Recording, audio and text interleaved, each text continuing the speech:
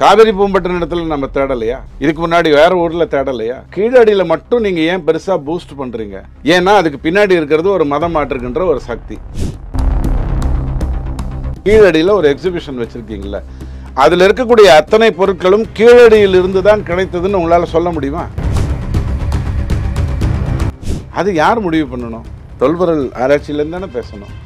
அமர்நாத்தையே கூப்பிட்டு வாங்க, வேற யாரையும் நான் அனுமதிக்க மாட்டேன் அப்படின்றீங்க நீங்க.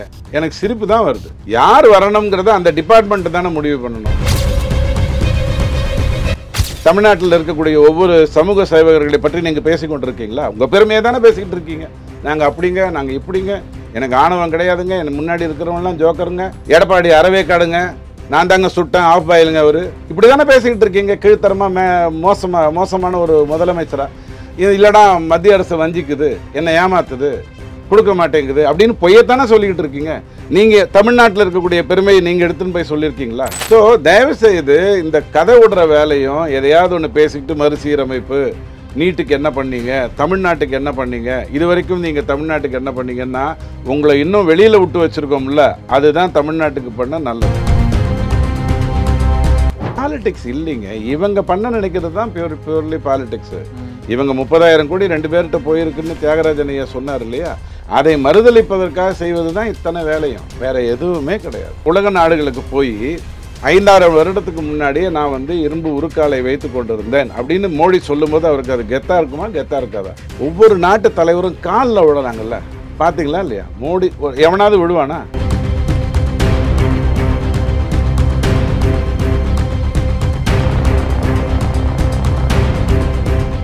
ரியல் ஒன் நேயர்களுக்கு வணக்கம். இன்று நம்மளுடைய நேர்காணலுக்கு துக்ளக் வாசகரான திரு ரவி டிடிஎஸ் அவர்கள் இணைஞ்சிருக்காங்க. சார் வணக்கம். வணக்கம். ஸ்டாலின் அவர்கள் பிரதமர் அவர்களை குறித்து ஒரு கருத்து பதிவு பண்ணியிருக்காரு.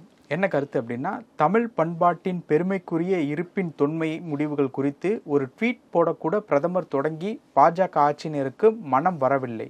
தமிழரின் பண்பாட்டு பெருமை நிலைநாட்டும் வரை திமுகவின் போராட்டம் ஓயவே ஓயாது அப்படின்னு சொல்லி எது சம்பந்தமா அதை சொல்லி கீழடி ரிலேட்டபிளா? கீழடியில் என்ன கண்டுபிடிச்சாங்க? ஏதாவது பிரஸ்டீஜ் குக்கர் கண்டுபிடிச்சாங்க? தமிழரின் அந்த காலத்திலேயே பிரஸ்டீஜ் குக்கர் இருந்ததுன்னு சொல்லி அதை கண்டுபிடிச்சாங்களா? எதுக்கு இப்போ ட்வீட் போடணும்னா, இப்போ இரும்பு உருக்காலை இருந்தது அப்படின்னு சொல்லும்போது அது ஒரு பெருமை.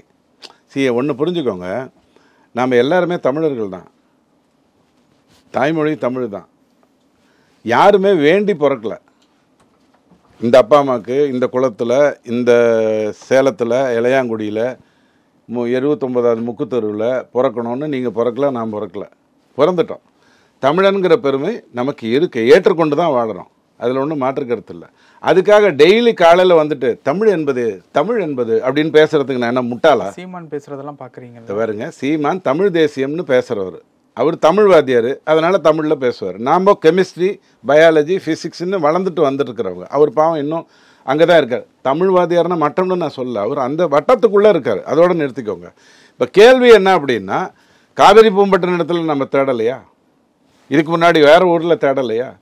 கீழடியில் மட்டும் நீங்கள் ஏன் பெருசாக பூஸ்ட் பண்ணுறீங்க? ஏன்னா அதுக்கு பின்னாடி இருக்கிறது ஒரு மதம் மாற்றுகின்ற ஒரு சக்தி. நாளைக்கு அங்கேருந்து 2-3 ஃபோட்டோவை எடுத்துகிட்டு பார்த்துங்க, இந்த இடத்துல ப்ளஸ் குறி இருக்குது அப்படின்னு சொல்லி காட்டுவாங்க. நீங்கள் என்ன சொல்லுவீங்க? அந்த காலத்திலே கணக்கு போட்டிருக்காங்க அப்படின்வீங்க. இவங்க என்ன சொல்லுவாங்க? அந்த காலத்தில் சிலுவை இருந்ததுன்னு சொல்லுவாங்க. இப்போ 4000 வருடங்களுக்கு முன்னாடின்னு சொல்லுவாங்க. கேட்டுக்கிட்டு இருக்கணும். தொல்பொருள் ஆராய்ச்சி நிறுவனம்ங்கிறது ஒரு அமைப்பு, தமிழ்நாட்டில் இருக்குது, ஒவ்வொரு மாநிலத்திலும் இருக்கின்ற ஒரு அமைப்பு. அதை கண்ட்ரோல் பண்ணுறது அப்படிங்கிறது ஒரு சென்ட்ரலைஸ்டு அமைப்பு. தமிழனுக்கு பெருமை வரக்கூடாதுன்னு யாராவது நினைப்பாங்களா? உலகத்தில் உலக நாடுகளுக்கு போய் 5,000 வருடத்துக்கு முன்னாடியே நான் இரும்பு உருக்காலை வைத்து கொண்டிருந்தேன் அப்படின்னு மோடி சொல்லும்போது அவருக்கு அது கெத்தா இருக்குமா, கெத்தா இருக்காதா? ஒவ்வொரு நாட்டு தலைவரும் காலில் விடுறாங்கல்ல, பார்த்தீங்களா இல்லையா? மோடி எவனாவது விடுவானா? ஒரு நாட்டின் தலைவருக்குன்னு ஒரு கெத்து இருக்கா இல்லையா? அவன் ஏன் மோடியை பார்த்த உடனே காலில் விடுறான்? மோடி அவனை கடவுளாக தெரிகிறாங்களா? இல்லை. கொரோனா டைமில் நாம் கொடுத்த மருந்து, அவங்களுக்கு அனுப்பிய மருந்து அங்கே இருக்கக்கூடிய உயிர்களை காப்பாற்றியது. அதனால தானே இப்போ அவர் போய் சொல்லும் பொழுது, இந்த மாதிரி இங்கேருந்து கண்டுபிடிச்சிருக்காங்க, இங்கேருந்து அது பண்ணியிருக்காங்கன்னு சொல்லும்போது உங்களுக்கு ஏதாவது பிரச்சனை இருக்கா? அதுக்காக இல்லாத ஒன்றை சொல்லி நீங்கள் ஒரு எக்ஸிபிட் வச்சுருக்கீங்களா, கீழடியில் ஒரு எக்ஸிபிஷன் வச்சுருக்கீங்களா, அதில் இருக்கக்கூடிய அத்தனை பொருட்களும் கீழடியில் இருந்து தான் கிடைத்ததுன்னு உங்களால் சொல்ல முடியுமா? முடிஞ்சா எழுதுங்க. இங்கே இருக்கக்கூடிய அத்தனை எக்ஸிபிட்டும் சுத்தமாக கீழடியில் கிடைத்த பொருட்கள் தான் போட்டு போட வைக்க சொல்லுங்கள். 10% கூட கிடையாது. சும்மா இவங்களாவது ஒரு பூஸ்ட் பண்ணி விட்டுட்டு ஒரு பூஸ்ட் பண்ணி விட்டுட்டு இன்னும் ஏன் என்னை மோடி பாராட்டலை அப்படின்னா, 15 நாளைக்கு ஒரு முறை குப்பன் சுப்பன் மீனம்மாள் மங்காத்தா யார் நல்லது செய்கிறாங்களோ அவங்கள பற்றி எல்லாம் மன் கி பாத்தில் பேசிக்கிட்டு இருக்காரு மோடி. நீங்கள் பேசுகிறீங்களா? தமிழ்நாட்டில் இருக்கக்கூடிய ஒவ்வொரு சமூக சேவகர்களை பற்றி நீங்கள் பேசிக்கொண்டிருக்கீங்களா? உங்கள் பெருமையை தானே பேசிக்கிட்டு இருக்கீங்க. நாங்கள் அப்படிங்க, நாங்கள் இப்படிங்க, எனக்கு ஆணவம் கிடையாதுங்க, எனக்கு முன்னாடி இருக்கிறவங்களாம் ஜோக்கருங்க, ராமதாஸுக்கு வேலை இல்லைங்க, வேலை இல்லாதவனுக்குலாம் நான் பதில் சொல்ல மாட்டேங்க, எடப்பாடி அறவேக்காடுங்க, நான் தாங்க சுட்டேன் ஆஃப் பாயிலுங்க அவர், இப்படி தானே பேசிக்கிட்டு இருக்கீங்க. கீழ்த்தரமாக மோசமான ஒரு முதலமைச்சரா, இது இல்லைடா மத்திய அரசு வஞ்சிக்குது, என்னை ஏமாத்துது, கொடுக்க மாட்டேங்குது அப்படின்னு பொய்யத்தானே சொல்லிக்கிட்டு இருக்கீங்க. நீங்கள் தமிழ்நாட்டில் இருக்கக்கூடிய பெருமையை நீங்கள் எடுத்துன்னு போய் சொல்லியிருக்கீங்களா? போனீங்கல்ல 3 முறை வெளிநாட்டுக்கு போனீங்கல்ல, அங்கே ஏதாவது சொற்பொழிவு கொடுத்தீங்களா? அங்கே போய் ஏதாவது சொற்பொழிவு கொடுத்தீங்க? எங்கேயாவது உங்களை கூப்பிட்டு பேச சொன்னாங்களா? எங்கேயாவது கூப்பிட்டு பேச சொன்னாங்களா? அங்கே போய் நீங்கள் தமிழ்நாட்டின் பெருமையை நீங்கள் பெருமையாக பேசிட்டு வந்தீங்களா? அப்புறம் மோடி வந்து கீழடிக்கு ட்வீட் கொடுக்கணும்னா என்ன கொடுப்பார் அவர்? கீழடியில் இன்று சூரியன் கிழக்கில் உதித்தது, கீழடியில் இன்று சூரியன் மேற்கில் மறைந்தது அப்படின்னு ட்வீட் போடுவாரா? என்ன கண்டுபிடிச்சிங்கன்னு சொல்லுங்க. அதுக்கு தொல்பொருள்ங்கிறது யாருடைய கண்ட்ரோலில் இருக்கு? ஸ்ரீலங்கா கண்ட்ரோலில் இருக்கா? இல்லை ராகுல் காந்தி மாதிரி சோரஸ் கண்ட்ரோலில் இருக்கா? இல்லையே, நம்ம நாட்டினுடைய கண்ட்ரோலில் தானே இருக்கு. பெருமை இருந்தால் பெருமைன்னு சொல்ல போகிறோம், அதில் என்ன இருக்கு? என்னுடைய நாட்டினுடைய என் தமிழ்நாட்டினுடைய பெருமையை நான் சொல்லுவேங்கிறது வந்து என்னுடைய கடமை, பொறுப்பு இல்லையா? நீங்களா வலியுறுத்தணும் எனக்கு.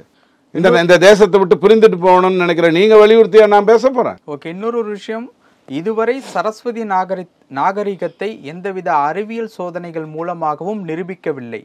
கீழடி தொன்மை அறிவியல் பூர்வமாக நிரூபிக்கப்படும் கூட அதனை ஏற்பதற்கு பிரதமர் மோடி தலைமையிலான மத்திய பாஜக அரசுக்கு மனது வரவில்லை.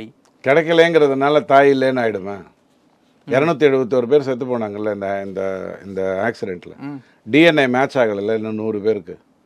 அவங்கெல்லாம் அந்த அந்த அந்த சடலத்தை எடுத்துக்கொண்டு போய் ஈம சடங்கு செய்யணும்ல. டிஎன்ஏ மேட்ச் ஆகலைங்கிறதுக்காக அவங்க சித்தப்பாவோ பெரியப்பாவோ இல்லைன்னு ஆயிடுவாங்களா? கங்கா ஜமுனா சரஸ்வதிங்கிறது தெரிந்த விஷயம் தானே. அதை தொலைத்தது யாருன்னோ அதை கண்டுபிடிச்சாகணும். நம்ம தலையெடுத்து 60 வருடமாக காங்கிரஸோடைய ஆட்சியில் நம்ம இருந்தோம். அவங்க எதை பற்றியும் கவலைப்படலை, எந்த தொன்மையை பற்றியும் அவங்க கவலைப்படலை. அதுக்கு 50 கோடி நீ ஒதுக்கியிருக்க அப்படின்னு சொன்னால் அதுக்காக கீழடிக்கு வந்து 50 கோடி ஒதுக்கிட முடியுமா? அது யார் முடிவு பண்ணணும்?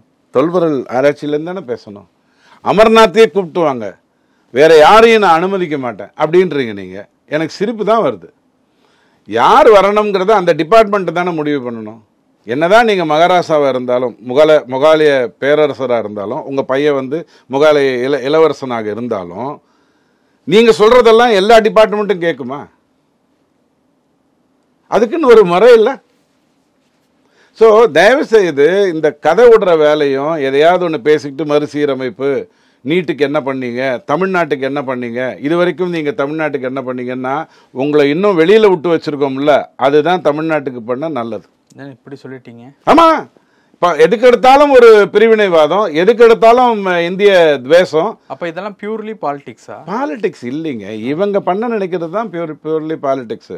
இவங்க 30,000 கோடி 2 பேர்கிட்ட போயிருக்குன்னு தியாகராஜன் ஐயா சொன்னார் இல்லையா, அதை மறுதளிப்பதற்காக செய்வது தான் இத்தனை வேலையும், வேற எதுவுமே கிடையாது. அதை மறைக்க இந்த ஒரு விஷயத்தை கையில் எடுத்திருக்காங்க. சுப்ரீம் கோர்ட்டில் ஒரு தீர்ப்பு வாங்கிட்டு வந்தீங்க, ரொம்ப உணர்ச்சி வசப்பட்டு இந்த 10 மசோதாவை நான் ஏற்றுக்கிறேங்கிறதோட வந்திருந்தீங்கன்னா சரியாக இருந்திருக்கும்.